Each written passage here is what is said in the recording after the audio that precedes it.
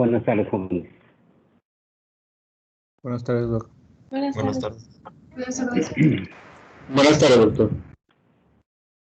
Bueno, el día de hoy vamos a empezar con lo que es la exploración clínica. Y como toda exploración, pues se inicia desde lo que es un examen general. Y una vez que hacemos el examen general, seguimos con el examen topográfico desde cabeza, cuello, tórax, abdomen y terminamos con el examen de las extremidades.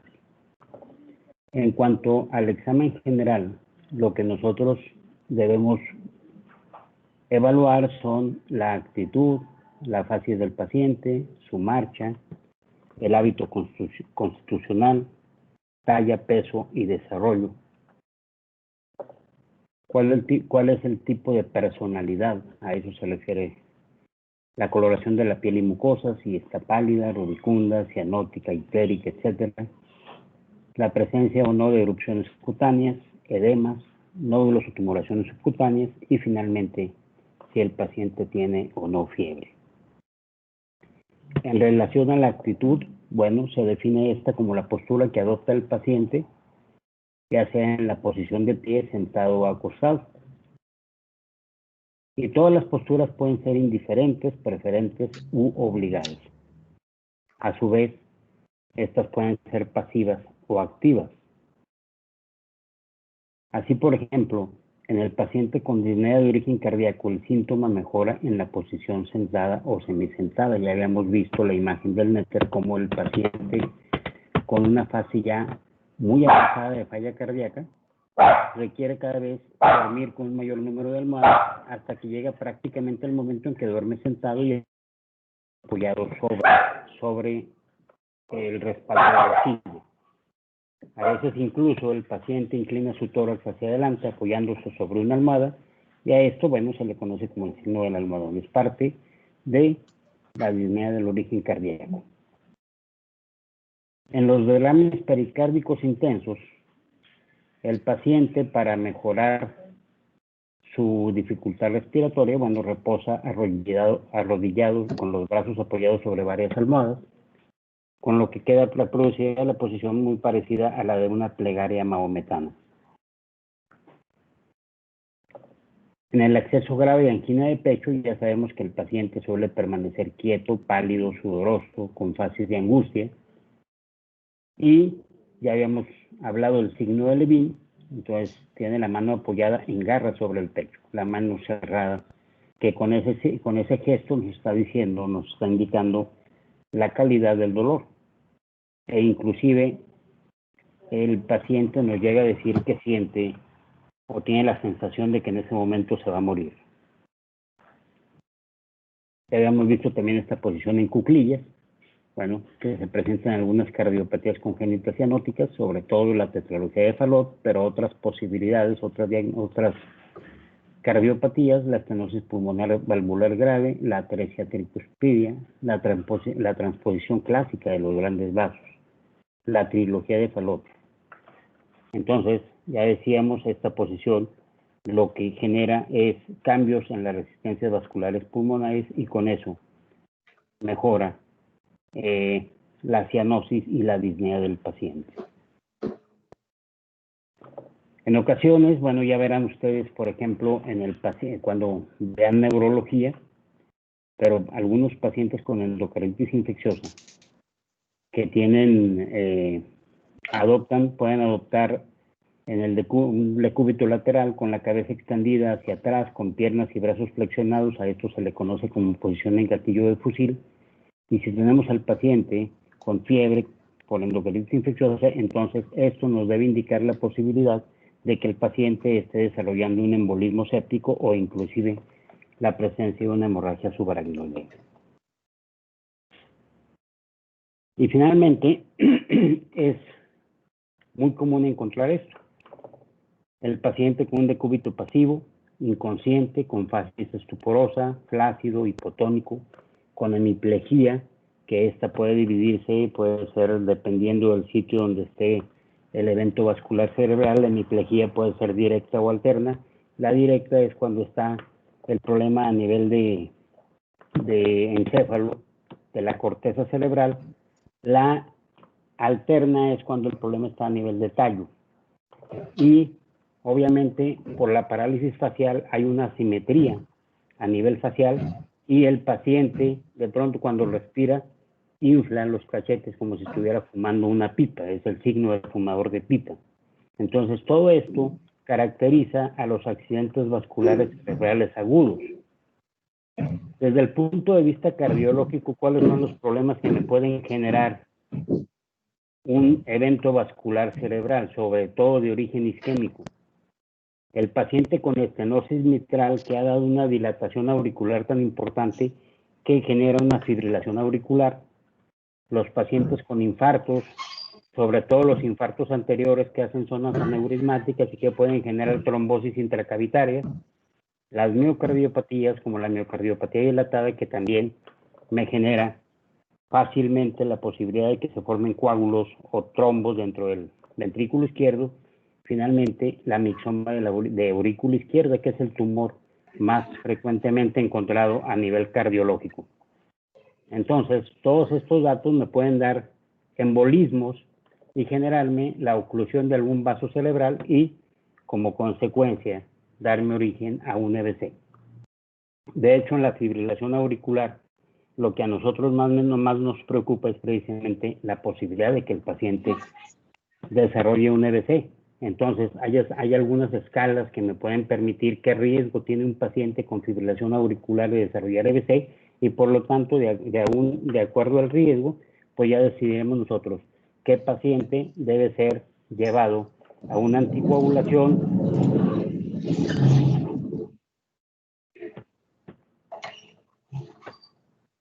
debe ser llevado a una anticoagulación para tratar de evitar el desarrollo de eventos vasculares cerebrales.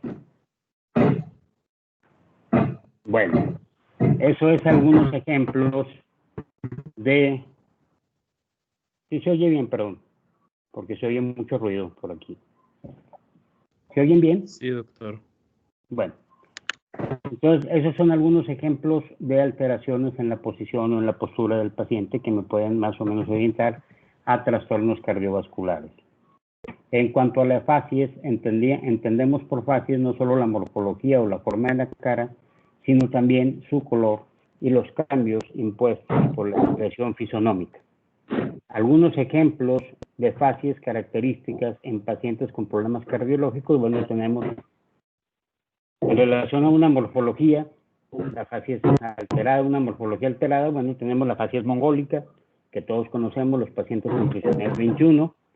La facies en estos pacientes es redondeada, hay un borramiento del ángulo interno del ojo por un epicanto exagerado, orejas pequeñas, labios gruesos y el paciente tiene además macroglosia. En estos pacientes, lo más frecuente es encontrar la presencia de canal aurículo-ventricular común persistente, una comunicación interventricular, y menos frecuentemente puede encontrar comunicación interauricular, tetraloquía de Fallot o persistencia del conducto arterioso. Otro tipo de facies importantes es la facies de gárgola que se presenta en el síndrome de Hurler. En este caso, hay una exagerada separación entre ambos ojos que pueden presentar córneas opacificadas, nariz pequeña deprimida en su base con labios gruesos, cara ancha de frente y aplanada de perfil con braquicefalia. Y a nivel cardiológico, lo que más frecuentemente encontramos en estos pacientes son estenosis pulmonar, insuficiencias mitral o tricuspidia, insuficiencia cardíaca precoz e isquemia miocárdica con o sin necrosis. Y estas las fases características de los pacientes con síndrome de Hurler, vean muy parecidos pues a las gargolitas. Anteriormente se pensaba, bueno, un niño gordito, cachetoncito, es un niño muy sanito. Pues no necesariamente eso es verdad. Por ejemplo, en los pacientes que tienen estenosis pulmonar, suelen asociarse a estos una cara redonda, regordeta, como de luna y aspecto saludable. Entonces, aquí siempre buscar a la auscultación la presencia de soplos a nivel de la válvula pulmonar que nos sugieran la presencia de un proceso de estenosis de dicha válvula. También es frecuente encontrar en el síndrome de Williams la facies de duendecillo, que se caracteriza porque estos pacientes presentan ojos grandes, saltones, con una nariz respingada, con prominencia de mejillas y arcadas dentarias. Esta facies frecuentemente se asocia con estenosis aórtica supravalvular, menos frecuente con estenosis pulmonar de sus ramas, y asociado a esto, al problema cardiológico, estos pacientes suelen presentar hipercalcemia e hipervitaminosis D en su etapa prenatal. Y vean la facies de duendecillo característica de la estenosis supravalvular aórtica. También ya sabemos, por ejemplo, que en los pacientes, cuando las embarazadas presentan cuadros de rubiola, uno de los riesgos es que puedan alterar la morfogénesis del producto que están esperando cuando están embarazadas. Entonces nos dan origen a una embriopatía rubiólica. En este caso, este tipo de facies se va a caracterizar por microcefalia, cataratas bilaterales, alteraciones del pabellón auditivo con hipoacusia. Generalmente se asocian a persistencia del conducto arterioso con hipertensión arterial pulmonar importante, y además suele existir estenosis de las ramas pulmonares y con menor frecuencia estenosis aórtica. En cuanto a los cambios de coloración, bueno, ya habíamos hablado de la facies cianótica, de aquella cianosis localizada sobre todo a regiones malares del paciente con estenosis mitral, pero bueno, también podemos observar un color azul o azul violáceo, en especial en las partes salientes, como pabellones auriculares, nariz, mejilla, mentón. ¿Y en qué otros pacientes podemos presentar esta facies? Pues obviamente ya hemos dicho tetralogía de Fallot, transposición completa de los grandes vasos, atresia tricuspidia, ventrículo único, atresia pulmonar, etcétera, etcétera, etcétera. Ya lo que hablábamos ayer en cuanto a las cianosis precoces y cianosis tempranas. Aquí lo que decimos, bueno, de la estenosis de la facies mitral, que es una facies pálida, adelgazada, con ojos hundidos en las órbitas, y característicamente existe cianosis solamente en región de mejillas y quizá en labios. Entonces, aquí ya me habla estenosis mitral. Si la estenosis mitral ya es muy avanzada y me hace hipertensión pulmonar, y la hipertensión pulmonar me genera disfunción ventricular derecha, esta disfunción me va a generar como consecuencia hepatomegalia. Entonces, también va a haber cierta alteración en la función hepática. Y como consecuencia de la disfunción de la disfunción hepática que presentan estos pacientes, van a tener ictericia. Entonces, aquí va a cambiar la coloración del paciente. ¿Por qué? Porque a la cianosis que normalmente tienen se agrega la ictericia que me está dando ya la disfunción hepática por un estadio muy evolucionado de la estenosis mitral, y entonces va a aparecer lo que conocemos como facies aceitunada. Vamos a ver un tono verdoso en las regiones malares.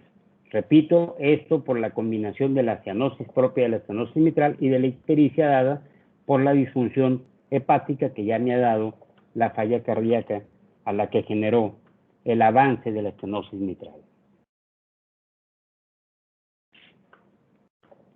Y cuando ya existe esto, pues obviamente el paciente va a presentar ya insuficiencia tricuspidea importante, y entonces van a aparecer dos signos agregados a la coloración. Uno es el signo de Muset, pero en este caso se le conoce como signo de Muset venoso. Ustedes van a ver cómo el paciente, ustedes están platicando con él y el paciente tiene un movimiento rítmico de la cabeza sincronizado con el latido cardíaco, como si el paciente nos estuviera diciendo que sí. ¿Ok? Y el signo de Evans es un movimiento, un latido, pero de los lóbulos de las orejas. Entonces, estos dos datos me dicen el paciente tiene ya una insuficiencia tricuspidea importante. También sabemos, por ejemplo, los pacientes, bueno, más común en la mujer, aunque también se puede encontrar en hombre, el lupus eritematoso. Ya sabemos que el lupus, en cuanto a su relación con problemas cardiológicos, nos puede alterar todas las capas del corazón, el pericardio, el miocardio o el endocardio. Y a nivel del endocardio nos da origen a una endocarditis no bacteriana, obviamente, que se conoce como endocarditis de Liebman-Sachs.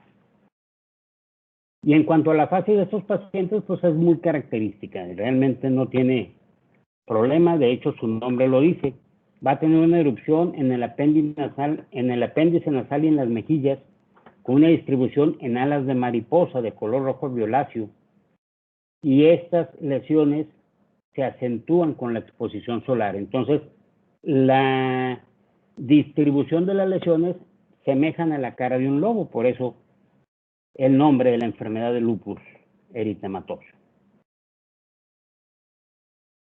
Luego viene la facies pálida, que vamos a observar sobre todo en pacientes con insuficiencia aórtica, con hipertensión arterial grave asociada a insuficiencia renal descompensada, fiebre reumática y endocarditis infecciosa. Obviamente, en la insuficiencia renal, cuando ya está muy avanzada, bueno, pues también aparece la escarcha urémica y otros datos que me llevan a el diagnóstico de la misma.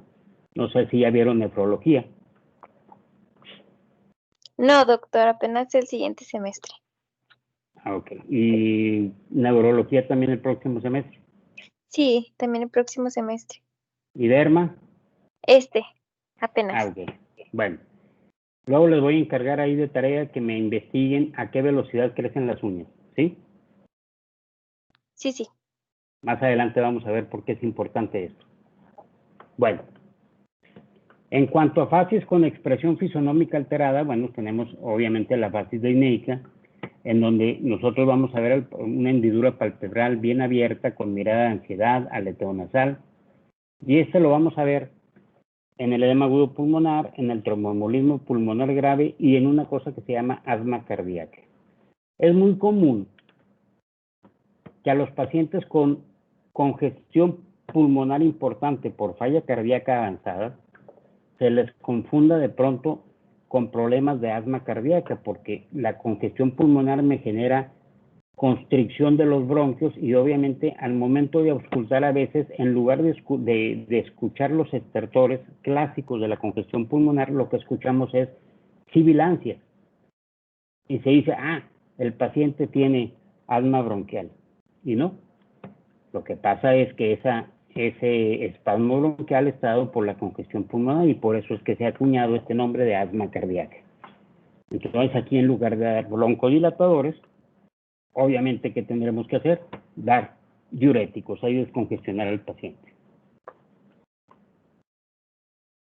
La fase dolorosa, donde hay entrecejo fruncido, arrugas frontales, comisuras bucales estiradas, dientes apretados, con mirada de angustia o temor, y que lo vamos a ver sobre todo en pacientes con infarto agudo de miocardio, angina de pecho intensa, con aneurisma disecante de la aorta y en algunas pericarditis. En cuanto a la marcha, algunos ejemplos de marchas importantes destacan la marcha que se le conoce de mirador de vidrieras, que se presenta en casos de obstrucción arterial crónica en miembros inferiores o en casos de angina de pecho. Decíamos, en la angina de pecho el paciente camina 2-3 cuadras, le da el dolor y se tiene que parar. Y luego vuelve a caminar 2-3 cuadras, le vuelve a dar el dolor y otra vez se para. Entonces, algunas personas, para no llamar la atención, pues si andan, por ejemplo, en el centro de la ciudad, ¿qué hacen? Se ponen como si estuvieran viendo alguna tienda, algún dato, algún artículo que están vendiendo en alguna tienda. Por eso se le conoce como la marcha del mirador de vidrieras. Y luego también, obviamente, el paciente con insuficiencia cardíaca, los pasos los da más cortitos y además aparece edema en miembros inferiores. Por eso se le conoce a estos pacientes como que tiene una marcha a pequeños pasos con pies hinchados. Insuficiencia cardíaca congestiva grave. En los pacientes con coreas, pues tiene la marcha de payaso. También puede haber una marcha táxica cerebelosa de la enfermedad de Friedrich, que todo esto ya lo verán cuando vean neurología. La marcha de pato de la enfermedad de ERT. la marcha parética, de la miotonía atrófica de Steiner, y todas estas presentan como rasgo común a nivel cardiológico, ya sea una miocardiopatía dilatada o una miocardiopatía hipertrófica. Son las asociaciones importantes a nivel cardiovascular. En cuanto al hábito constitucional, bueno, ya sabemos que es la modalidad morfológica y con frecuencia funcional que presentan todas las personas. Y básicamente se reconocen tres tipos fundamentales de hábito constitucional. El mediolíneo, el brevilíneo, que son los pacientes muy gorditos, y el longilíneo, que son los pacientes muy altos. Entonces, en cuanto al hábito brevilíneo, los pacientes chaparritos, gorditos, etcétera, bueno, se asocia comúnmente a hipertensión arterial, diabetes, dislipidemias, hiperuricemia, y como consecuencia de ello, aterosclerosis generalizada, es decir, lo que conocemos como síndrome metabólico, y lo que anteriormente se conocía como síndrome X, endocrinológico, porque también hay un síndrome X cardiológico. Pero para evitar esas confusiones, bueno, ahora conocemos a todo esto: diabetes, hipertensión, obesidad, dislipidemia, hiperuricemia, etcétera, etcétera. Lo englobamos un término común que se conoce como síndrome metabólico. Por otra parte, el hábito brevilíneo, los pacientes delgados y muy altos se asocian más frecuentemente a hipotensión arterial, algún tipo de taquicardia paroxística supraventricular, astenia neurocirculatoria y neurosis cardíaca. Es muy común que estos pacientes vayan a la consulta con ustedes refiriendo disnea, pero cuando ustedes los ven, resulta que respiran como en forma de suspiros. Eso es característico de la neurosis cardíaca. O bien que están hiperventilando y de pronto empiezan a tener dolor por la hiperventilación y la pérdida de CO2. En cuanto a la talla, peso y desarrollo, bueno, ya habíamos dicho ayer que en las cardiopatías congénitas graves, como la tetralogía de Fallot, con atresia pulmonar, la transposición completa de grandes vasos y el síndrome de Eisenmenger, obviamente, al no llegar suficiente sangre hacia los tejidos, el paciente presenta retraso variable tanto en el crecimiento como en la maduración. ¿De qué dependerá el grado de retraso? Pues de la importancia de la hipoperfusión que sufren los tejidos. Sin embargo, obviamente, a pesar de que no hay un buen crecimiento ni una adecuada maduración, los pacientes obviamente no tienen afectado su intelecto, su función cerebral. En la obesidad extrema ya también ustedes han visto el síndrome de Peewitt. En este caso puede desarrollarse somnolencia marcada, ligera cianosis central e hipertensión pulmonar. Estos pacientes muy frecuentemente presentan lo que conocemos como apneas del sueño. Y la apnea del sueño también muy comúnmente se asocia a arritmias, sobre todo fibrilación auricular. Y la asociación fibrilación auricular-apnea del sueño es una combinación muy peligrosa para el paciente. Me puede llevar, además, a arritmias letales como taquicardia ventricular o fibrilación ventricular. Pero la arritmia más comúnmente asociada es la FA.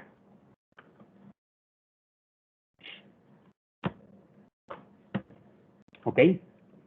Entonces, cuando hay una insuficiencia cardíaca congestiva, el peso suele sufrir un incremento en relación, obviamente, con el desarrollo de edema. Aunque en una insuficiencia cardíaca ya muy avanzada puede haber atrofia muscular porque hay una cosa que se llama caquexia cardíaca. El edema, la congestión a nivel intestinal me genera una enteropatía perdedora de proteínas y eso me lleva al paciente a una caquexia. De hecho, cuando no ha llegado el paciente a las etapas de caquexia, está en falla cardíaca, uno de los datos que a nosotros nos indican si nuestro tratamiento está siendo eficaz, el efecto que nosotros queremos es la reducción de peso. Tenemos al paciente una de las indicaciones prioritarias y básicas para la enfermería cuando el paciente está con falla cardíaca internado, es peso diario, para nosotros estar evaluando a través de ese dato qué tan efectivo está siendo nuestro tratamiento. Si el paciente no baja peso, entonces, bueno, seguramente hay que incrementar los diuréticos, hay que incrementar las dosis de inotrópicos para que pueda realizarse esto. En cuanto a temperamento y personalidad, por mucho tiempo se consideraron dos tipos de personalidad, una personalidad tipo A y una personalidad tipo B. Y se supone que los pacientes con personalidad tipo A son los pacientes más propensos a desarrollar cuadros de angina de pecho o de infarto agudo de miocardio. ¿Cuál es la característica de estos pacientes? Bueno, generalmente son pacientes ambiciosos, competitivos, agresivos, perfeccionistas, obsesivo-compulsivos, en una palabra. Entonces, estos pacientes se asocian frecuentemente a la presencia de cardiopatía isquémica. A diferencia de estos pacientes, bueno, también suelen ser sujetos irritables, etc. A diferencia de ellos, están los pacientes con la personalidad tipo B, que son los pacientes que, como dicen por ahí, bueno, todo se les resbala. Ellos no se preocupan por nada, que rueda el mundo, no pasa nada. Ellos difícilmente van a tener problemas de cardiopatía isquémica. Recientemente se ha agregado un tercer tipo de personalidad y que inclusive se ha asociado con una mayor frecuencia a eventos isquémicos, como es la personalidad tipo D, pacientes depresivos.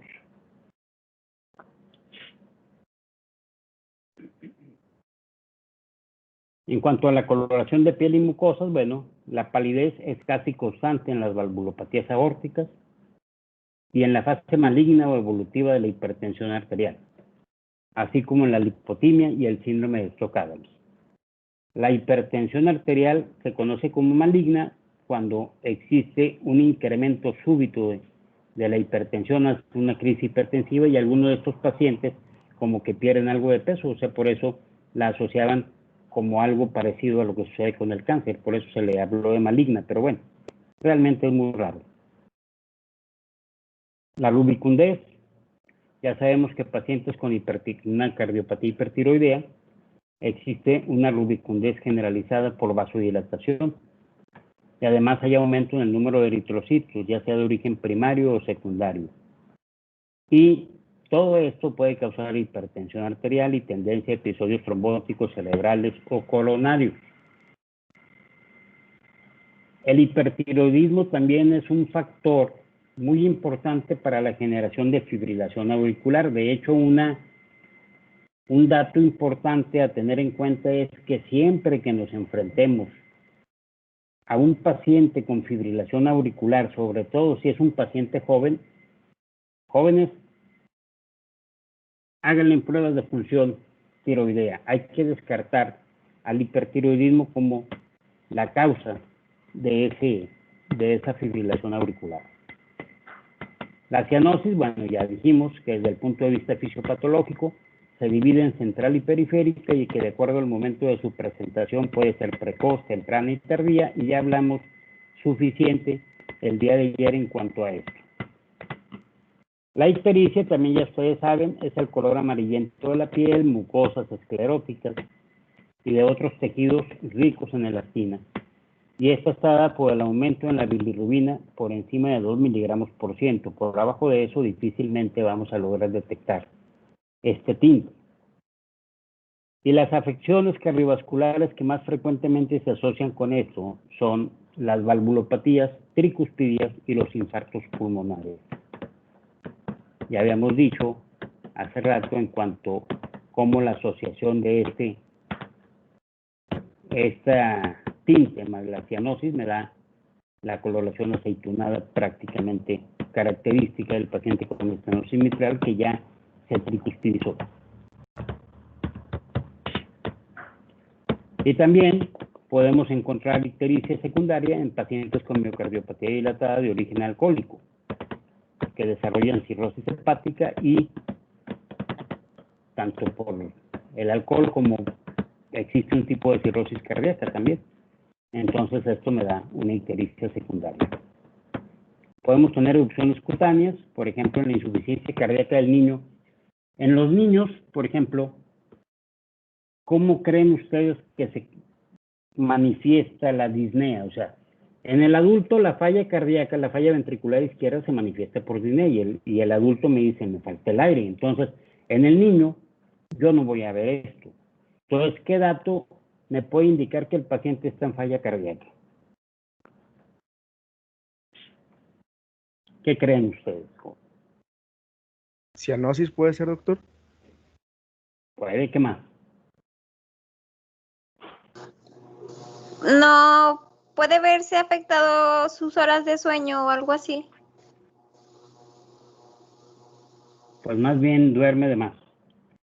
Es un paciente habitualmente, son niños que comen poquito, se fatigan, se quedan dormidos, despiertan, obviamente con hambre, despiertan llorones, etcétera, etcétera, vuelven a comer poquito, se vuelven a quedar dormidos, pero eso que les va a generar, aparte de que la alimentación es entrecortada y como consecuencia de ello no ganan peso suficiente, tienen diaforesis cefálica importante. Entonces, un niño que sude mucho su cabecita, sobre todo cuando lo alimentan, piensen inmediatamente que ese bebé está presentando cuadros de falla cardíaca. ¿Sí? Entonces, obviamente esa diaforesis cefálica importante con frecuencia produce ciertas erupciones a nivel de la implantación del pelo que se conocen como la erupción de la sudamina, y esto es clásico del paciente, del niño con falla cardíaca. Ellos no nos van a decir que les falta el aire. Y además están polineicos, ¿verdad? En las endocarditis infecciosas pueden verse temas, petequias, manchas esquimóticas de Jennewell y nódulos dérmicos de Osler. Que aquí, pues aquí los pueden ver. Bien. Los edemas, bueno, también ya hablamos ayer de esto, es el aumento del contenido acuoso del espacio intersticial y puede ser en cuanto a etiología de origen cardíaco, renal, hepático, carencial y geoneurótico. Ya hablamos más o menos cómo se manifiestan cada uno al inicio. El cardiópata, decíamos, de preferencia en las zonas declives, va ascendiendo hasta que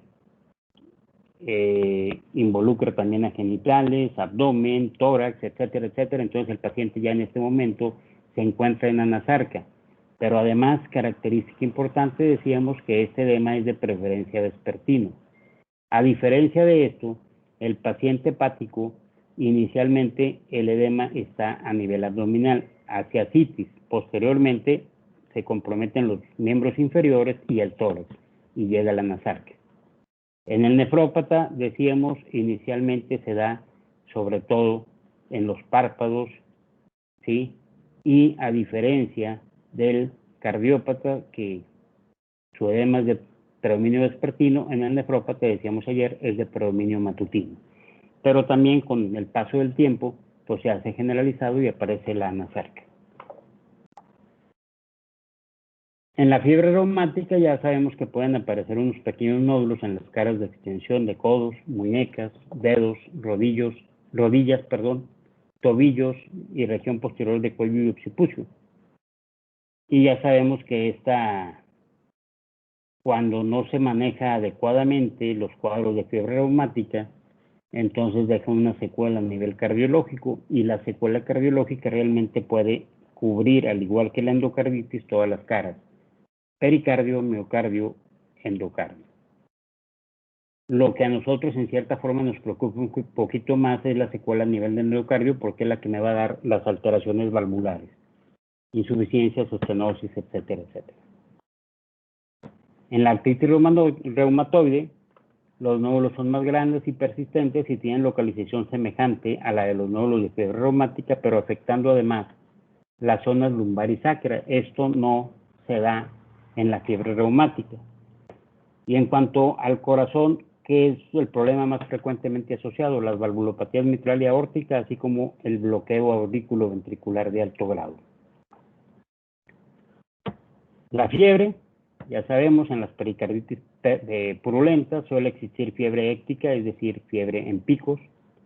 En la fiebre reumática, la fiebre es remitente o intermitente y además se acompaña de una intensa diaforesis nocturna.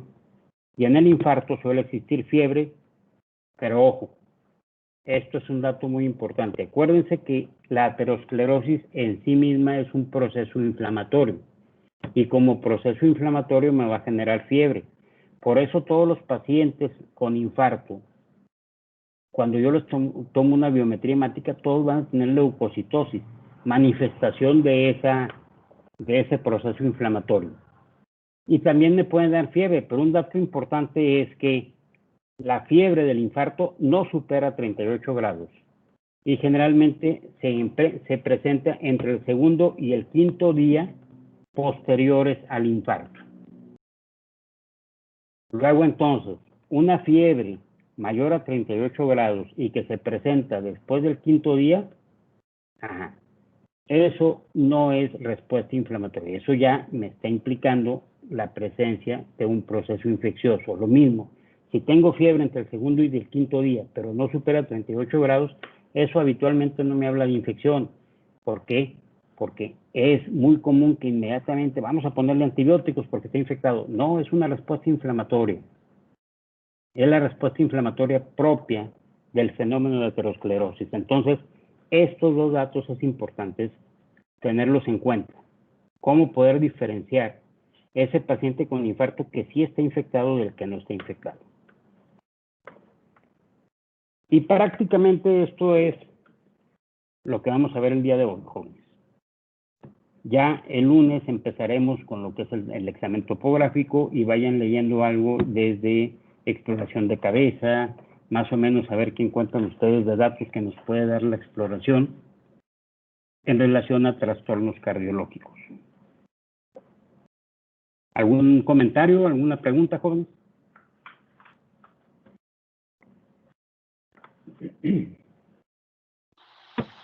Creo, bueno, de mi parte no sé mis compañeros, doctor. No, todo bien. Bueno. Muy bien, de hecho. Todo bien, doctor. Muy bien. Esto sí es importante, o sea, lo que es historia clínica, exploración física, electro, jóvenes, que lo aprendan lo mejor posible, porque al final de cuentas, aunque no vayan a hacer cardiología, siempre habrá un momento en su vida que tengan un electro en sus manos.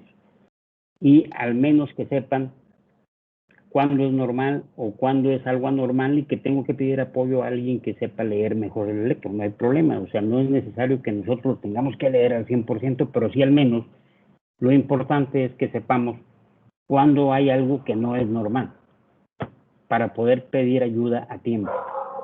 ¿Ok? Ok, doctor.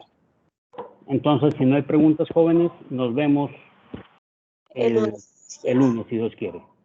Buen fin. Gracias, doctor. Igualmente. Bien. Gracias. Igualmente, Gracias, doctor. doctor. Muchas gracias. Gracias, De doctor. nada.